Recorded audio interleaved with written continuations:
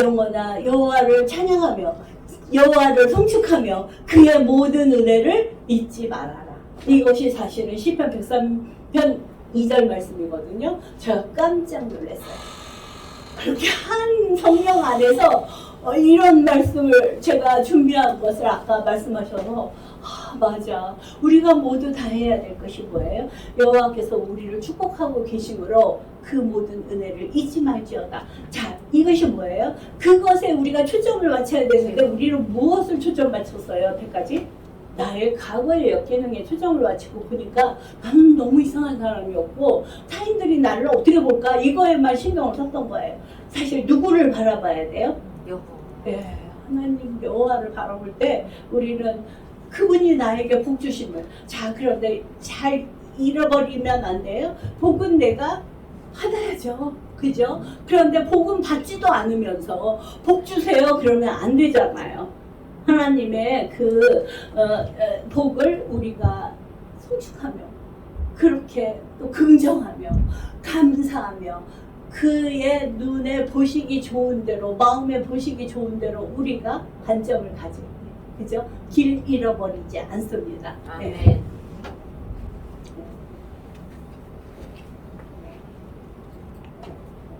그렇다면 성경에는 어떻게 충동적 행동이 나타났는가? 여러 군데 많아요. 그렇지만 갈라디아서 5장 19절 말씀, 20절 말씀, 21절 말씀 뭐라고 그랬어요?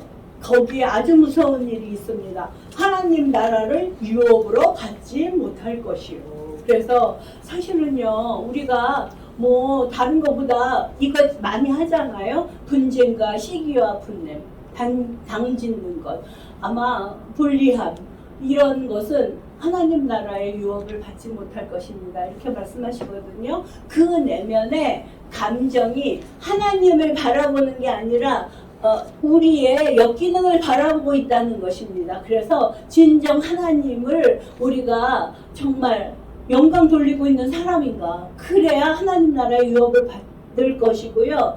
믿음으로 가는 나라, 하나님 나라를 나의 세계로 지금 누리고 있는 축복을 누리는 것입니다. 그래서 우리가 충동적인 그 강박적 사고에 의한 충동적인 행동의 결과는 뭐 어떻다고요? 제일 중요한 게 관계를 방해하는데 누구하고의 관계? 하나님과의 교제를 방해합니다. 그래서 우리는 반드시 역기능에서 벗어나야 됩니다. 왜냐하면 하나님께서 주시는 그 모든 축복을 우리가 받지 못하기 때문입니다. 그 다음에 충동적인 행동은 또 사람들하고의 교제도 방해를 합니다. 그리고 충동적인 행동은 어떻게 해요? 진짜 해야 될 것을 하지 못하게 힘을 소모시킵니다. 그래서 우리가 잘 생각해 보세요. 내가 하나님을 어떻게 생각하고 있는가? 이것을 갖다가 하나님 표상이라고 하거든요. 하나님을 나는 어떤 분으로 알고 계세요? 그런데 너무나 놀랍게도요. 내 아버지가 잘못되어 있으면 아버지와 똑같은 하나님을 생각할 수 있어요. 그러면 무자비한 그런 하나님이 될 수 있어요. 여기서 무자비하다는 건 뭘까요? 잘할 때만 사랑하는 거고 잘하지 못하면 자기의 뜻대로 마음대로 그게 무자비한 거잖아요. 하나님은 한결같으신 분이라는 걸 알게 될 때 내 마음도 한결같은 사람이 될 수 있습니다.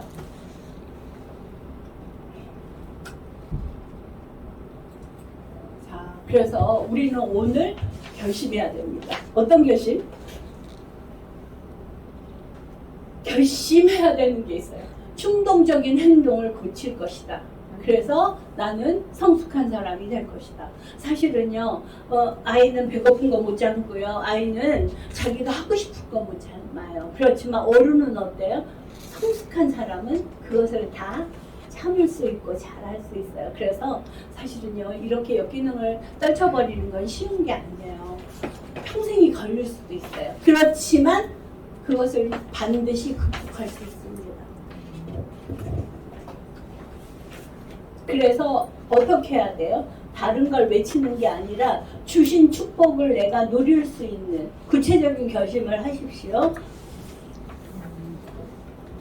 그 태도를, 행동을 고치려면 어떻게 해야 될까요?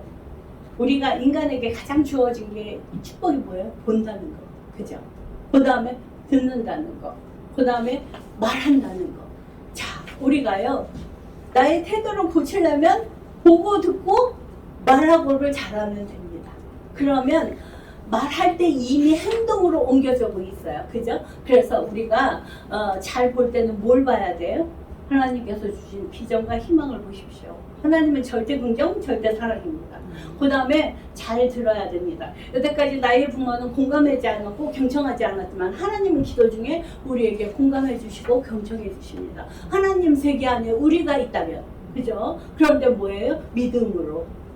자, 그 다음에 예수를 믿음으로. 그 다음에 잘 말해야 됩니다. 우리는요, 우리 입으로 부정적인 얘기, 그것이 폭력적인 얘기예요. 사실은 항상 잘 되는 얘기, 비폭력적인 얘기를 하십시오. 그리고 말로써 우리가, 자, 내가 말하면 누가 먼저 들어요? 제가 먼저 듣습니다. 자, 사실은요, 긍정의 방향으로 길을 놓을 때, 창조적인 말을 할 때 누가 들어요? 내가 들어요. 우리는 근심, 걱정, 염려로 말하고 있으면 어디로 가고 있는 거예요? 나를 갖다가 부정적인 곳에 몰고 있는 거예요. 여러분 절대로 그렇게 하지 마십시오.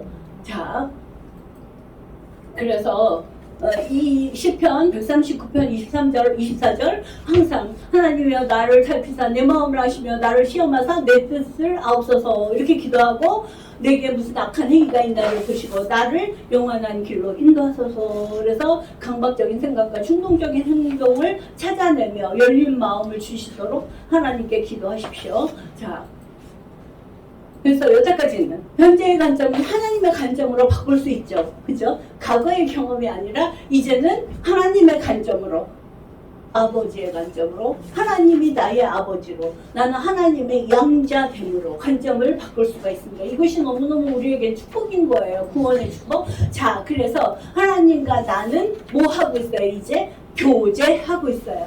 자, 여태까지는 이것이 단절되어 있었어요. 그래서 우리는 하나님 세계는 알지만 하나님 세계 안에 살 수 있는 게 아니었어요. 그죠? 교제를 할 때 그 안에 살아가고 있는 것입니다. 그래서 우리가 하나님을 경청하면 확실한 축복을 경험할 수 있습니다. 뭐라고요? 너희는 귀를 기울이고 경청하는 거죠. 내게로 나와 들으라. 그리하면 너의 영혼이 살리라. 내가 너희를 위하여 영원한 언약을 맺으려니 곧 다윗에게 허락한 확실한 은혜이니라. 자, 우리가 하나님이 나의 말을 경청하시는 게 아니라 내가 누구의 말을 들어요? 하나님을 경청하라. 이것이 관계의 시작입니다. 네.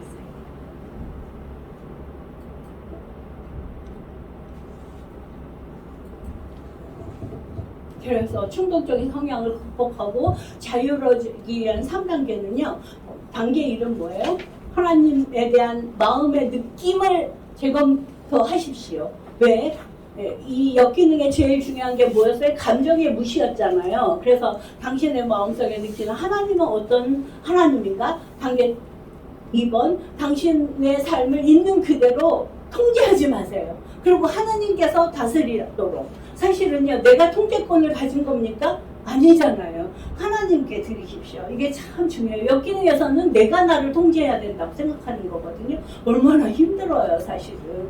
세 번째는요, 우리는요, 구체적인 계획을 세워야 됩니다. 그러려면 자기를 직면할 수 있어야 됩니다. 그래서 사실은 우리 성격 속에 뿌리 박혀 있는 그런 강박적이고 충동적인 것들을 무엇인가, 그것이 나를 사로잡지 못하게 해야 됩니다.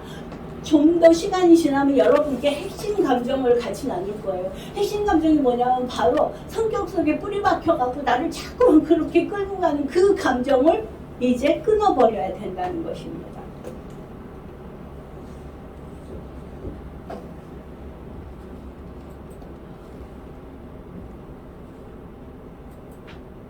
자, 우리에게는 두 종류의 생각이 있습니다. 어떤 생각이 있어요? 사망에 이르는 생각이 있고, 또 하나는 뭐예요? 생명과 평안으로 인도하는 생각이 있습니다.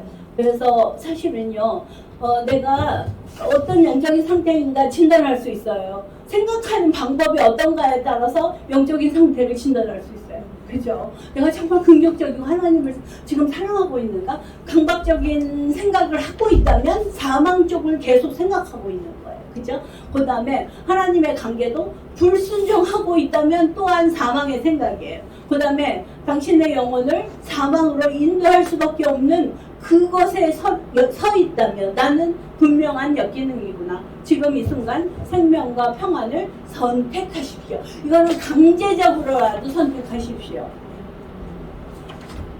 그래서 기도하셔야 됩니다. 자, 우리가 이거 한번 보세요.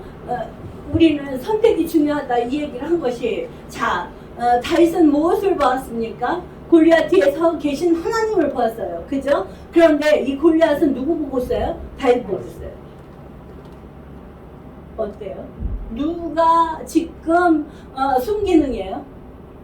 다윗이 순기능이죠. 그러니까 문제도 문제가 없다. 그리고 해결할 수 있습니다. 여러분들이 지금 무엇을 보고 있습니까? 골리앗은 자기 힘만 생각하다가 한 방에 날아갔습니다. 힘으로 세상을 지배하는 것이 아닙니다.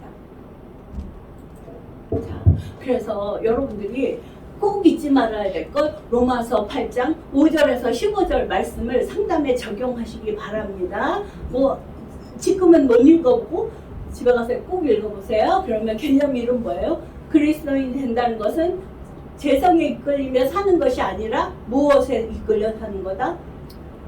성령께서 바라시는 일을 추구하며 사는 것입니다. 우리가 그리스도인은 정말 마음이 성령께서 바라시는 일을 추구하고 사는 거예요. 근데 그 성령께서는 절대 긍정, 절대 사랑입니다. 개념 2, 내가 재성이 나의 삶을 지배하도록 할 때마다 어떻게 해야 돼요? 우리가 그렇게 되면 그때마다 우리는 사망과 정서적인 사망을 경험하게 됩니다. 그 다음에 개념 3, 어떻게 해요? 내가 하나님께 순종하는 삶을 살 때마다 나는 그리스도 안에서 새로운 존재로 조화를 이루며, 사실은 인생의 가장 이 중요한 건 조화입니다. 조화를 이루며 살 것이며 생명과 평안을 경험할 것이다. 자, 조화는 균형을 말하는 겁니다. 능력 있는 사람은 어떤 사람이에요? 말씀과 실행이 같이 조화된 사람입니다. 그래서 두 날개를, 이 균형 잡힌 사람을 갖다 탁월한 사람이라고 합니다. 탁월한 그리스도인이라고 합니다. 자, 여러분은 탁월한 그리스도인 되시기를 축복합니다. 자, 그래서 우리가 무엇이 됐어요? 탁월한 그리스도인, 새로운 피조물이 됐어요. 그래서 그런즉 누구든지 그리스도 안에 있으면 새로운 비전. 아멘. 이전 것은 지나고 새로이 되었도다. 제 말이 아닙니다. 고린도후서 5장 17절 말씀입니다. 하나님 말씀입니다. 이거는 확신할 수 있죠. 그래서 사실은 믿음이, 신뢰가 중요합니다. 자, 그래서 이게 제가 그림 하나로 다 해결해 버렸어요. 역기능과 순기능의 차이를 분별하는 지혜를 한번 보십시오. 자, 역기능이란 반대로 돌아가는 거예요. 시각 방향으로 돌아가는 사람은 뭘 보고 있어요? 가능성과 비전과 전략적 행동으로 하고 있어요. 그런데 이 역기능은 어떻게 했어요? 부정만 보다 보니까 문제만 보이죠. 그 다음에 장애물만 보이죠. 그랬더니 나는 뭐 하고 있어요? 많은 힘을 소모했으니까 무기력해져 있습니다. 자, 그렇지만 우리가 예수 안에 자기 이해와 타인 이해, 그게 뭐야? 사랑의 변화예요. 그렇게 되면 뭐를 갖는 거예요? 제일 중요한 게 예수님 안에서 우리는 무엇이 되었어요? 양자가 되었습니다. 하나님의 양자, 하나님의 세계 속에 소속된 사람입니다. 그죠? 그러면 우리는 가치 있는 비전을 가질 수 있죠. 가치가 있으니까. 그 다음에 전략을 가질 수 있어요. 왜요? 안정감 속에서 전략을 가지면 적극적 행동을 하며 장애물도 뛰어넘으며 문제들까지 것 다 극복할 수 있습니다. 자, 그래서 돌아가는 게 어디로 돌아가야 돼요? 여러분들이 나는 역기능이야, 나는 어떻게 해야 되지? 문제를 끌어안으라는 얘기가 아니라 어디로 돌아가라? 양자의 인식으로 돌아가십시오. 하나님은 나의 아버지십니다. 그가 나를 어떻게 해요? 다스리십니다. 그랬을 때 우리는 하나님 세계 안에서 비전을 갖고 전략을 가지며 적극적 행동으로 장애물, 나의 역기능적인 모든 문제들이 해결됩니다. 그래서 우리는 예수 안에서 뭘 봐요? 하나님의 세계, 천국을 보리라. 4단계가 올라간 거죠. 오늘 여러분이 1단계에 있었는데 갑자기 4단계. 자, 그 다음에 우리가 예수 안에서 말씀을 기준으로 삼을 때 어떻게 돼요? 우리의 인식은 긍정성을 갖게 되고요. 비전을 갖게 되죠. 뭘로? 예수님을 모델링하자, 이렇게 비전을 갖게 됩니다. 그래서 전략은 뭐예요? 하나님의 말씀이에요. 행동은 뭐예요? 섬김의 믿음. 우리는 관계를 잘할 수 있어요. 사랑할 수 있어요. 그 다음에 장애물을 넘어가는 게 사랑의 실천입니다. 함께 갈 수 있다고 그랬죠. 순기능은. 자, 그래서 고난도 극복할 수 있는 용기와 지혜와 사랑을 가진 자가 됩니다. 이것이 우리는 4단계 천국 안에 살고 있는 것입니다. 자, 그러면 새로운 피조물은 어떤 것일까? 자, 보세요. 우리는 4가지에 나가 있습니다. 겉으로 보여지는 나 어때요? 괜찮죠? 그런데 남들이 아는 나는 또 다를 수 있어요. 그죠? 그 다음에 남들이 아는 나 말고 남들이 모르는 나가 있어요. 그건 뭐예요? 상처. 내 마음의 상처 남한테 절대 안 보이려고 해요. 그런데 하나님이 아시는 나가 따로 있어요. 자, 우리가 그러죠? 예수님께서 이거 희장이 걷어졌다고 그랬잖아요. 우리는 그 희장이 걷어진 거예요. 그래서 하나님이 아시는 나로 하나가 됐습니다. 그죠? 그래서 우리는 가면 쓸 필요도 없어요. 강박을 가질 필요도 없어요. 충동적으로 내가 하겠다고 하지 마세요. 하나님의 세계 안에 우리는 행복할 수 있습니다. 이해되시죠? 그래서 사실은 자, 하나님의 세계 안에 있는 여러분을 축복합니다. 아멘. 여기까지 하겠습니다. 감사합니다.